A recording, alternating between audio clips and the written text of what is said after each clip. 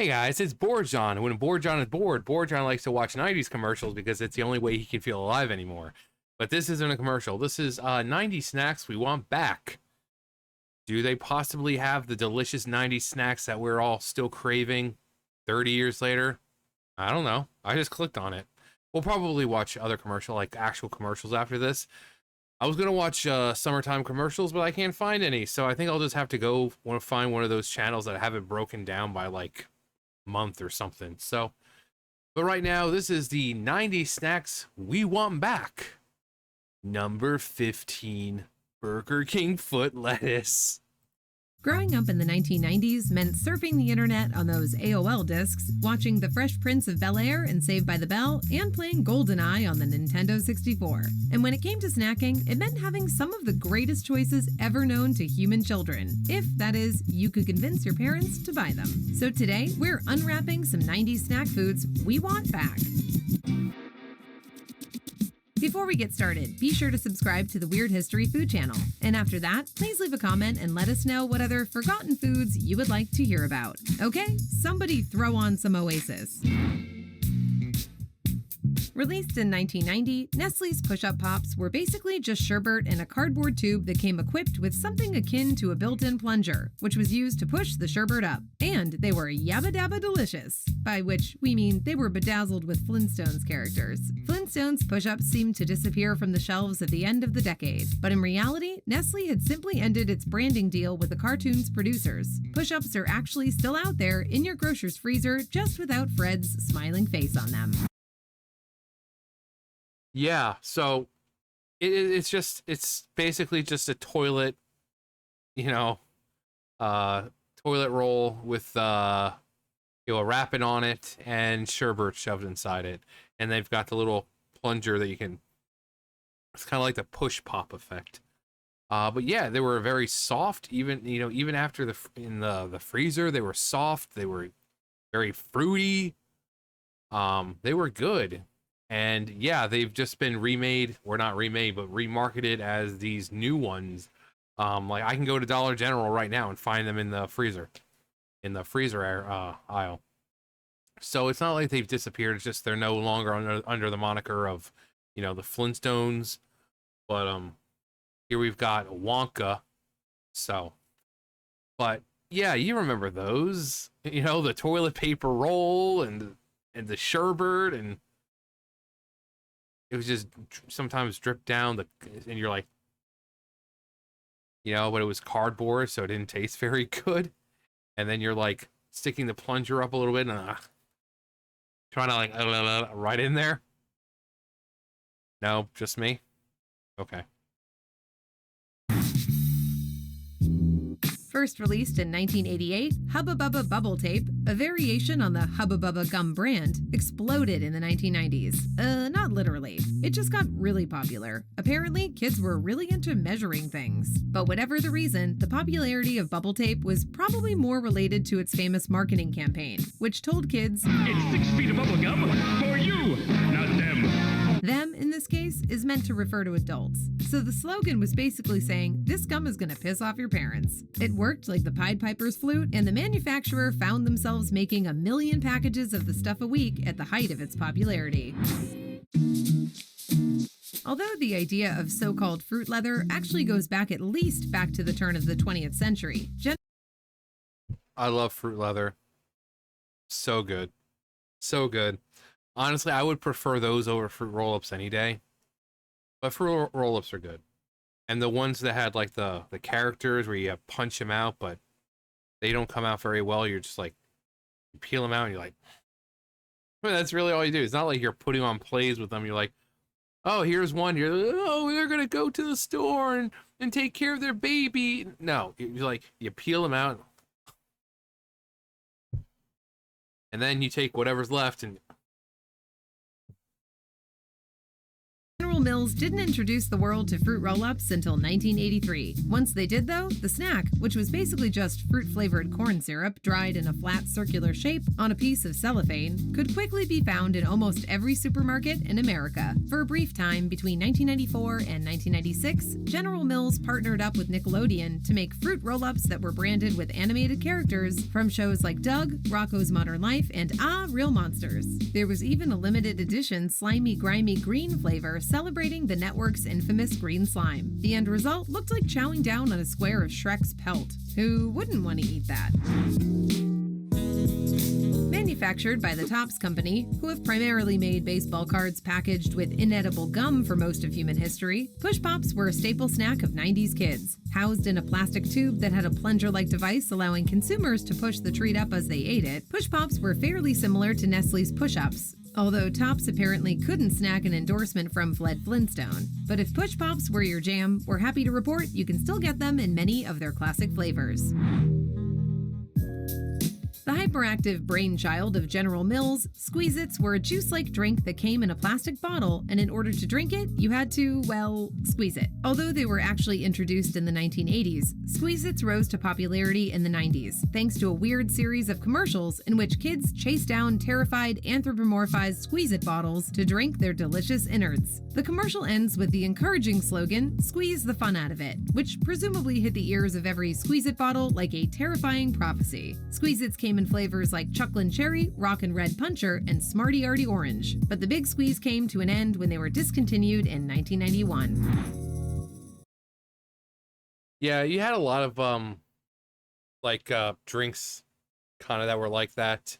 There was the Mondo. You remember the Mondo? They had like the bigger tip on the, twist it, and it almost looked like a little R-wing kind of thing, like a little falcon or something. You're like, ooh. But yeah, Mondos, Squeeze-Its, most likely back in you had the little barreled ones, little barrel fruit juice, Capri Suns. So when in the 90s, you had a lot of options when it came to beverages that one would possibly find in their lunchbox. For us, it was usually either Capri Suns or Mondo. Sometimes we would have the juice barrel ones, but that was usually if we were going out for like a family thing, and because it was just, you could buy a whole crap load of them pretty cheap. So parents were like, oh, it's just easier. Other than that, it was usually Mondo or Capri Sun. Brought to you by the same people who brought you fruit roll-ups, Shark Bites first swam onto supermarket shelves in 1988. Shark Bites were famous for their so-called special pieces. Some packages included rare alternate shapes like great whites, shark's teeth, or tiger sharks. Because it's never too early to start teaching kids about gambling. The whole thing worked so well, the company released a companion snack called Berry Bears, aimed at girls who, for some reason, they assumed didn't like sharks. Shark Bites are still out there today, but ye be warned, their flavors are vastly different. Hubba Bubba Ouch bubblegum was sold in tin containers that were made to resemble Band-Aid boxes, for that weird kid in class who liked to eat Band-Aids. Also, each individual stick of gum was wrapped in paper, like a Band-Aid, to complete the illusion. And like actual Band-Aids, the gum was sugar-free, but unlike actual Band-Aids, it came in flavors like grape, watermelon, sugar, and bubble. If this was one of your favorites, however, we're sorry to report the bizarre gum was discontinued in the late 2000s. Lunchables were brought to you by Oscar Mayer, the first and last name in bologna, and first hit supermarket shelves in 1988, going nationwide in 1989. Conceived as a way to sell more bologna and marketed as a way to help moms save time making lunch, Lunchables were a massive hit. They sold over 1.5 billion units in their first decade and proliferated into a variety of flavors, including the now legendary pizza. Introduced in '96, pizza Lunchables were little snack packs that came with a small piece of crust, some sugary tomato sauce, 3 slices of pepperoni, some mozzarella cheese, and a cool red wand to spread the sauce. The wand is long gone, but otherwise, pizza Lunchables are still available. Yeah. That was one of the ones that I had a lot. Not just the pizza ones, but the pizza ones, they introduced like a burger, hot dog one. Those I had a lot. Um, there was like the little nacho one, which the pizza one was weird because the crust that you put it on, you know, if you're having it at lunch or you're going to like, you know, usually when I had it was like on a field trip. There's nowhere to heat, you know, it's supposed to be eaten cold, but the crust that they use was so like it was like that thick, and it was like it was just weird eating everything cold. Like you think, well, pizza tastes great cold. This didn't taste that great cold. Um, but we ate it anyway because it was fun. It was cool. It was good. And Adam, what do you want? I just picked you up and you want it down. What? Mwah. What can I get for you besides all of Grandpa's love? What is it, Bubba? Mwah. For people who don't know, this is Adam. Adam, that's a ordinary name. Huh. Well, all the black cats that I have are named after biblical figures. There's Lucifer, Adam, I've had Lilith, I've had Judas. Yeah. You have a cat named Lucifer? Yeah. And I had a cat named Lilith. I don't know what happened to her. But now I have Adam, and I've had Judas, who betrayed me and never came back. That's why I called him Judas. Betrayer. I'm still waiting for a female black cat so I can call her Eve. But yeah, now what was I talking about? Lunchables. Lunchables. Yeah, they were people still get them. I mean, they're cheap, they're great for on the go, so why not? That's why they've thrived for so long. It's because they're just convenient little meals. It's like, oh well, I feel just a little peckish right now. I just need something in my belly. Well, there you go. Yeah, I've got some cold bready pizza and a Capri Sun with a Butterfinger. Adam, can I help you? Hang on, I think he wants out. I know my animals too well. He wanted out, just like I thought. But warheads, oh man.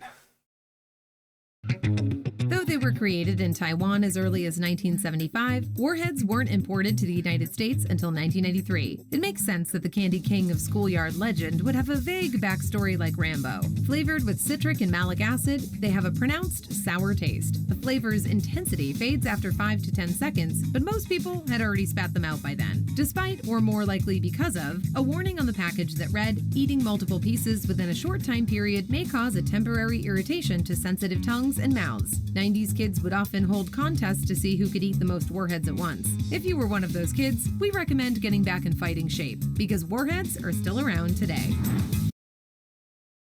And I've tried it. You know, for me, they were never sour.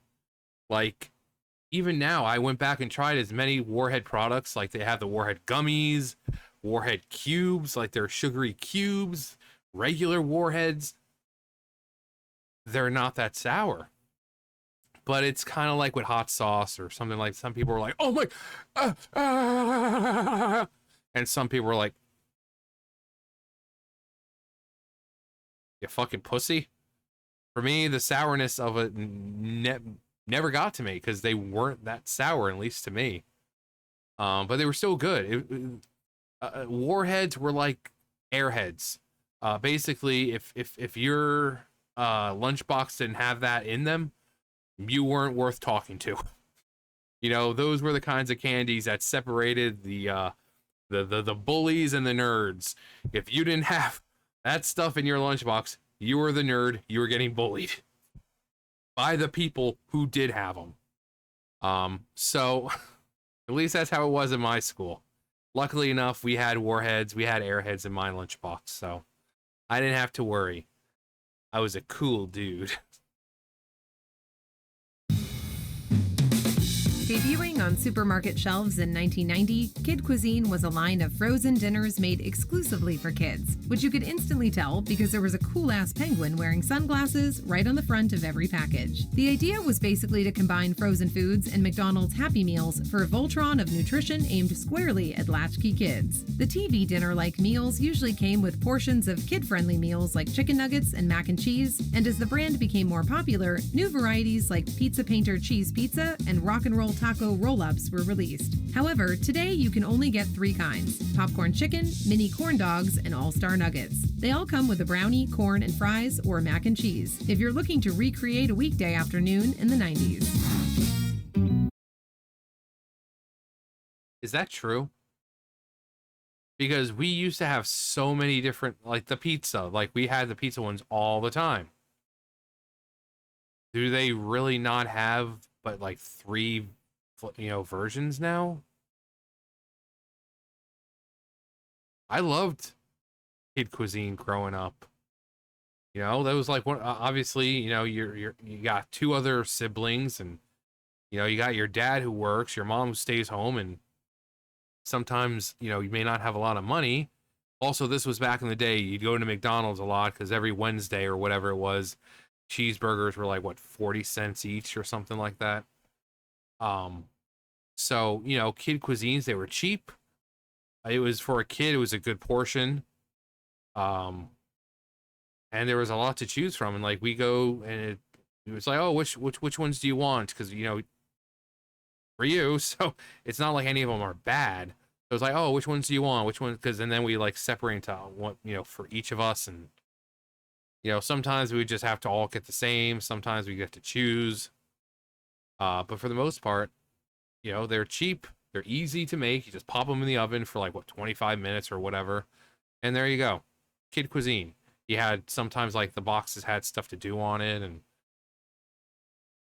But just to hear that there's only like 3 types left, that's sad. That's fucking sad.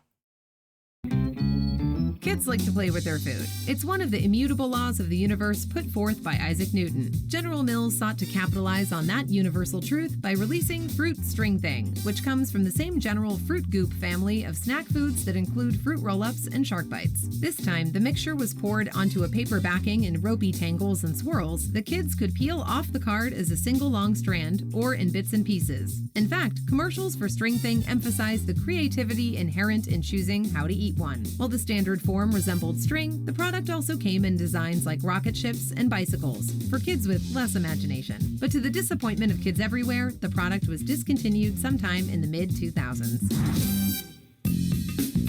Nestle's Butterfinger is a chocolate bar with a weird, flaky orange, peanut butter flavored filling that, believe it or not, has been around since 1922. When a product is a 70-year bestseller, you don't mess with the recipe, but you do try a spin-off. So in 1992, Nestle rolled out Butterfinger BBs. Introduced to the world through a high-profile advertising blitz starring The Simpsons, Butterfinger BBs were marble-sized nuggets of chocolate and peanut butter, presumably created to answer the question, what if Butterfingers were more of a choking hazard? The candy had a good run, but was discontinued in 2006, at which point we assume Bart finally had that cow.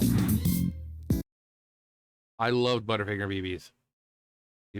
Same Butterfinger taste, just in small chocolate balls. But yeah, there was just something about the Butterfinger, just that crunch that it had, that odd orangey color that it had. Like a certain man took all of it and rubbed it on his face. He takes 1 Butterfinger a day, smears it on his face. But yeah, it was just it's like anything with Reese's, because you know that flavor, you know what you're getting.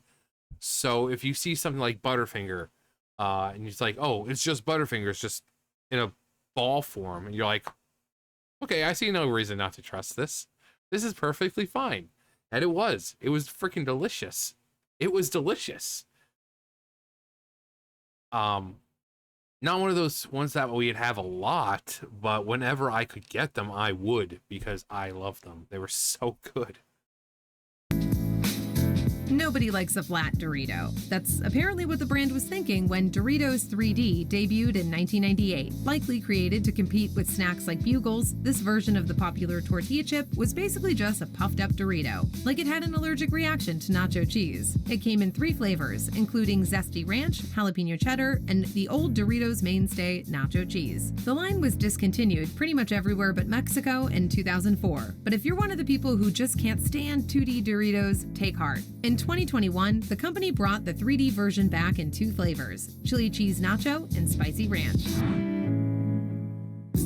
Nestle's Bug Pops, popsicles with little gummy bugs in them, were created as a tie-in to the animated cartoon Timon and Pumbaa, which starred the characters from Disney's 1994 animated classic, The Lion King, who were known to eat bugs. Despite looking for all the world like popsicles that had fallen under the refrigerator, the Bug Pops took off in 1995. They were available in cherry and grape, and each box typically included some Timon and Pumbaa trading cards. Like the cartoon they were affiliated with, however, the product was relatively short-lived, disappearing from the shelves in 1997. Yeah, I remember those. Same thing. It's like one of I'm sorry, but these are so like bad. They're not that great. But yeah, the pops for Timon and Pumbaa had them a few times. But I mean, there was nothing, it was nothing special. It was cool with the little frozen, like the little bugs in there and all that, but there were still better options. I mean, obviously it was a tie-in to the TV show, you know, the cartoon, but they were fruity. They were fruity, and you know, having that extra little added layer of the little gummies in there, and but I'm sorry, I can't. It's so deceiving. It looks so cool because it's got like the sprinkles, but then it's so bland. It's so bland. Dropping in the mid-1990s, Sprinkle Spangle cereal from General Mills was star-shaped cereal covered in colorful sprinkles. Commercials for the product featured a purple genie character called Sprinkle Genie, who was voiced by Mel Brooks' mainstay Dom DeLuise. The character would show up to grant the wishes of kids who wanted sprinkles on their cereal with the catchphrase, "You wish it, I dish it," while the commercial itself bragged that the makers had spangled every angle with sprinkles. Despite all the rhymes, the brand was discontinued in 1998, never to be seen again.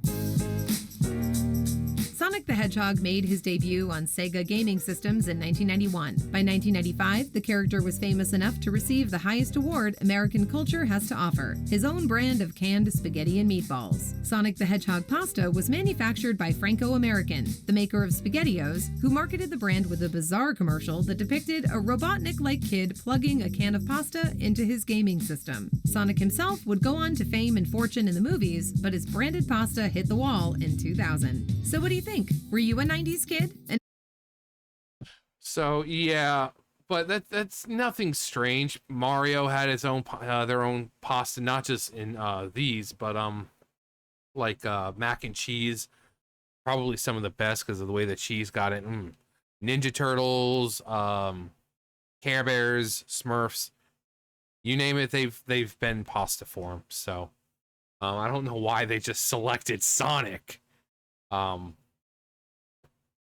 But anyway, let me go ahead and I don't want to record for too much longer. I'm going to go ahead and find some, I guess, try to find summer-ish time commercials. So hang on. All right, this is 1990s TV commercials, volume 704, June 1997. Monarch's kids will be back. Who rides a bike just like you? Bicycle Stacy, that's who. She pedals, zooming round the curves, pulling wheelies too. Stacy and her friends, that's who. Hi, Sis. Cruising down the trail, pets bouncing along. Stop for a picnic, then they're gone. Let's ride. We climb big hills to see the view. Bicycle Stacy, that's who. Bicycling Stacy Doll and her friends really pedal their bikes when you push them. Doll sold separately. What's that? It's called me. What? Honeycomb, honeycomb. Me want honeycomb. The crazy craving for honeycomb. Yeah, I can see it now. Honeycomb is so sweet and crunchy like toasted honey. Yeah, toasted honey. Uh-oh! I'm hungry! Let's get some honeycomb now. Honeycomb cereal is part of this nutritious breakfast. Honeycomb! No. They always had a way of taking the most like boring cereal and trying to make it like it was amazing. Honeycomb was not that great. Honeycombs, Pix, what else? Wheaties. Wheaties is a fucking heart attack waiting to happen. What other ones? The Spangled Angle ones, Sprinkle Sprangle. Those were not that great. But yeah, they just had a habit of taking these lackluster, boring cereals and like, oh my god, they're delicious. No, they're not. Also, Cookie Crisp. That was another one.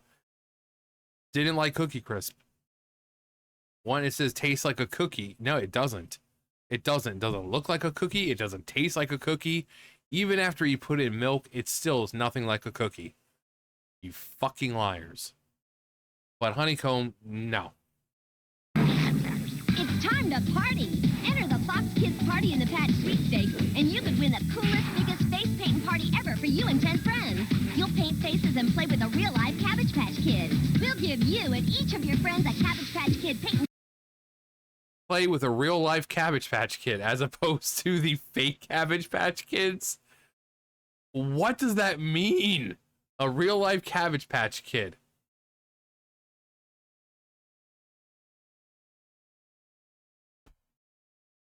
Faces Kid, plus a new Cabbage Patch Kid every week for a whole year. 300 others can win a Cabbage Patch Kids Painting Faces Kid. To enter, send a postcard with your name and address by June 27th to Fox Kids Party in the Patch, P.O. Box 4050, Beverly Hills 90213. Power up your Fridays with a blast from the past. You will morph into a formidable fighting force known as the Power Rangers. No way. And relive the greatest galactic battles. It's morph inside. It's the original legendary heroes back in action. Let's do it on Power Rangers Classic Fridays at 4:30 on Fox Kids. Sit down, Lofi. Now back to Fox Kids. We'll be back. Fox Kids rocks kids with a crime-fighting team that'll blow you away. You're not getting away. Not this time. And they're coming at you at a new time. Mind if I join the party? The Adventures of Batman and Robin at 3. I'll take it from here. Spider-Man at 3:30. Rock with the action. Weekday afternoons at 3 on Fox Kids. The breakfast, Uncle Toucan? Just one more cast. Any fights? Not yet. Wow, look, Uncle Toucan's doing water ski jumps. Fishing makes him hungry. Kellogg's Fruit Loop cereal, a fruity tasting part of this complete breakfast. That fish likes Fruit Loops as much as us. He was really hooked on them. And here for a limited time, Kellogg's Tropical Forest Fruit Loops with butterfly and palm tree marshmallows. See box for details on how you can help our rainforest. Yeah. You can never have it all. Unless you have new watermelon fruit by the foot. It's got foot after foot after foot of intense watermelon flavor. So maybe you can have it all. In your mouth. New That's not the only thing you can have all in your mouth. No, I remember those. I mean, they were pretty good, but it was just like most candy. It wasn't like a real watermelon flavor. You could tell that it was like artificial, which is whatever. It's candy.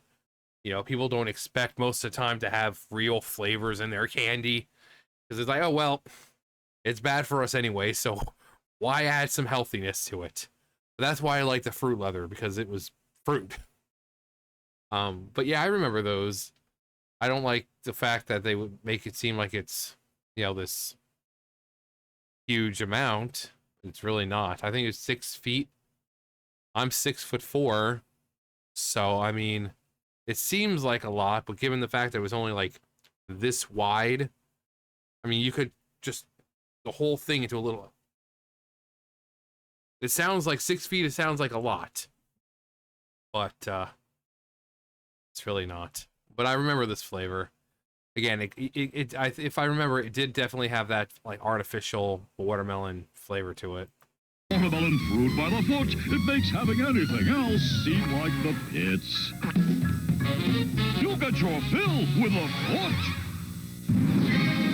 Free. Some people take that a different way these days, or not these days, but people do get fills of fill of their fill of foot, but of a different kind. There's some weird people in the world. Your favorite tastes are coming together in Golden Grams treats. Check out that graham cracker. That's one major marshmallow. Whoa, chocolate. Wow. Catch this. Golden Grams treats. Smashed with marshmallow, topped with chocolate, and crammed with graham. They still have those, and they're still good. I always love them. You know, the crunchiness and the gooiness and the chocolate. It's so good. It was so good. They still have them, along with several other different cereal flavors that I remember if they introduced. I don't remember if it was the 2000s, early 2000s, or the 90s they introduced. But you have like you had the Golden Grams, you had like Fruit Loops, you had Captain Crunch. Forget there was another one I think I'm missing. Is it Fruity Pebbles? I think they have a Fruity Pebbles one. But yeah, that Golden Gram one's still around. It's still good. It still holds up after like 30 years. This just in, Dr. Victor Freeze is casting his icy chill all over Gotham City. All right, everyone, chill. Woo! I got the Eggo. Yes. Eggo waffles, part of a good breakfast too tempting for words. Only Batman and Robin could melt this freeze. Take the turn, guys. And this just in, a Batman and Robin color change plate, $4.99 with 2 Eggo proofs of purchase. Honey Nut Cheerios has such a big taste, your mouth will lose control. Whoa, that's no little. Oh, feed me more of that. The taste is so big. And I like it like that. A sweet honey nut taste. A humongous crunch. Ooh, I like it like that. Now that's what I call a big part of this complete breakfast. Honey Nut Cheerios, little O. With a big taste. Ha ha ha.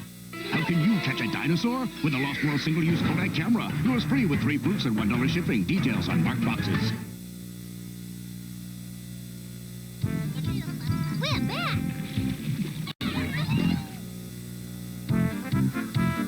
Fox Kids will be right back. Who's that wearing those big red shoes? That's my Ronald. Who's always showing me something new? That's my Ronald. That's my Ronald. My one and only Ronald. That's my Ronald. McDonald. To be a hero, you gotta be smart, you gotta be strong, and you gotta have your face on a bunch of stuff. Cool stuff like you can get right now at McDonald's. Like a Hercules magazine, sticker, or a poster. Free for kids when you eat at McDonald's. They're really cool, but they're going fast. Hold on, Kool-Aid is busting out with new Mega Mountain Twist. Cruising Mega Mountain. There's Great Berry Splash, Soaring Strawberry Lemonade, and Roaring Raspberry Cranberry. Cruising Mega Mountain. New Mega Mountain Twist. Kool-Aid subjects. Oh yeah. Yeah, so Kool-Aid, same thing. So many flavors back in the day. I don't know how many of them are still around. But I remember when the Kool-Aid didn't really even have those fancy looking packages. They were pretty simplistic. And when I say simplistic, I mean the newer ones are definitely focused more on the Kool-Aid guy. You know, you have like these right here. But definitely a lot more art, more complicated looking for the most part. But these were what they were back in the day. Very simplistic. Very simplistic. I know you guys remember this one.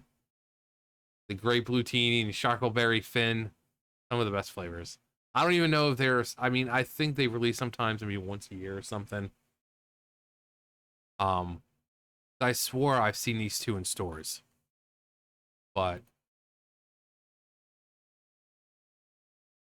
yeah, Charcoalberry Fin. Now, instead of this, you can fit all your friends into the picture, and more.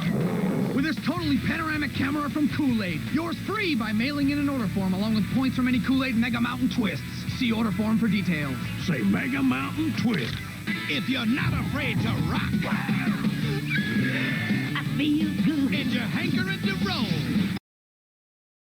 Big Bad Beetleborgs. No one remembers this show. No problemo. The Beetleborgs take you way down low.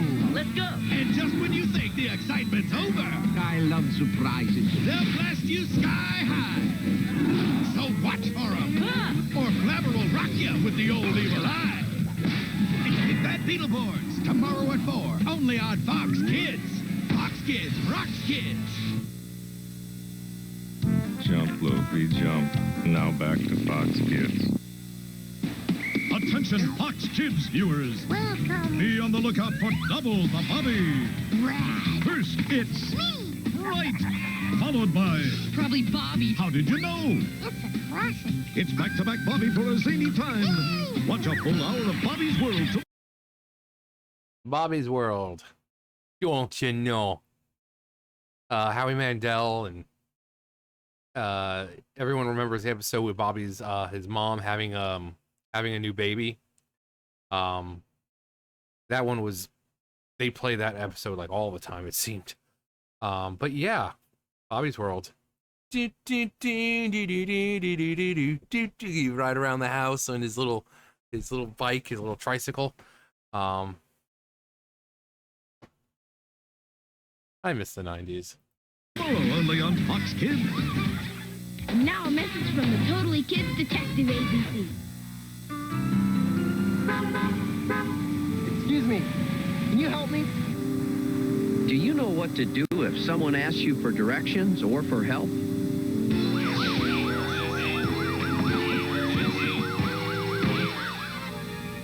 Uh-oh. Could be the old directions trick. She should know nobody has to ask a kid. Operation Intercept.